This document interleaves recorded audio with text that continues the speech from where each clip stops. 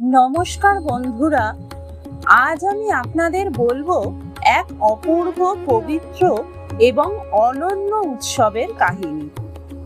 অক্ষয় তৃতীয়ার দিনে প্রভু জগন্নাথ দেবের চন্দন যাত্রার কাহিনী।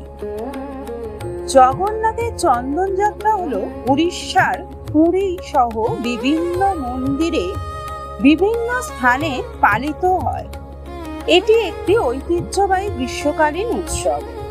এই উৎসব শীতলতার প্রতীক, যা সাধারণত বৈশাখ মাসের অক্ষয় তৃতীয়ার দিন থেকে শুরু হয় এবং ৪২ দিন ধরে চলে।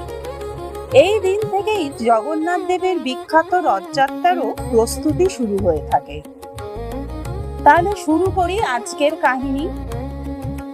প্রথম ২১ দিন প্রতিদিন জগন্নাথ, বলরাম ও সুভদ্রাকে তাদের প্রতিনিধি বিগ্রহদের নিয়ে অর্থাৎ মদন মোহন, শ্রীদেবী, ভূদেবী চন্দন মাখিয়ে জলে স্নান করানো হয় এবং চন্দন লেপন করা হয় প্রধান দেবতাদের প্রতিনিধি মূর্তি সহ। তাদের নাম পঞ্চপাণ্ডব। ৫টি শিবলিঙ্গ সুসজ্জিত করে শোভাযাত্রা সহকারে জগন্নাথ মন্দিরের সিংহদ্বার থেকে নরেন্দ্র তীর্থ জলাধার অবধি নিয়ে যাওয়া হয়। তারপর সন্ধ্যাবেলায় সুসজ্জিত নৌকায় দেবতাদের নৌকা বিহার করানো হয়। এ যেন এক রাজকীয় অপার্থিব দৃশ্য। ভক্তদের চোখে আনন্দের অশ্রু এনে দেয় এই দৃশ্য। শেষ ২১ দিনের যাবতীয় অনুষ্ঠান মন্দিরের ভেতরেই হয়ে থাকে। এই সময় দেবতাদের চন্দন ও কর্পূর দিয়ে লেপন করা হয়। এটি প্রভুর শরীরকে শীতল রাখার এক পবিত্র উপায়। পৌরাণিক কাহিনী অনুযায়ী কথিত আছে, মহারাজ ইন্দ্রদম্ন স্বপ্নে জগন্নাথ দেবের দর্শন পান।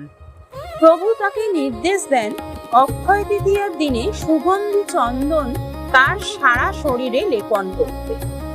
সেই নির্দেশ থেকেই শুরু হয় এই চন্দন যাত্রার প্রথা।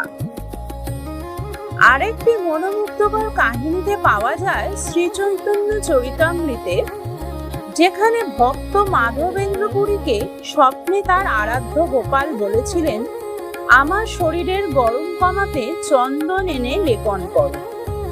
আয়ুর্বেদ মতে চন্দন হলো সর্বশ্রেষ্ঠ শীতল প্রলেপ। গ্রীষ্মের তীব্র উত্তাপে ভগবানকে আরাম দেওয়ার এই রীতি শুধু শারীরিক নয়, এটি ভক্তির গভীর প্রকাশ।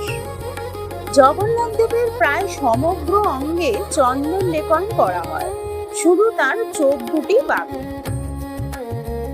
এই দিন থেকেই শুরু হয় জগন্নাথ, বলরাম ও সুভদ্রার রথ নির্মাণ। এরপর ধাপে ধাপে আসে স্নান যাত্রা এবং শেষে মহারথযাত্রা।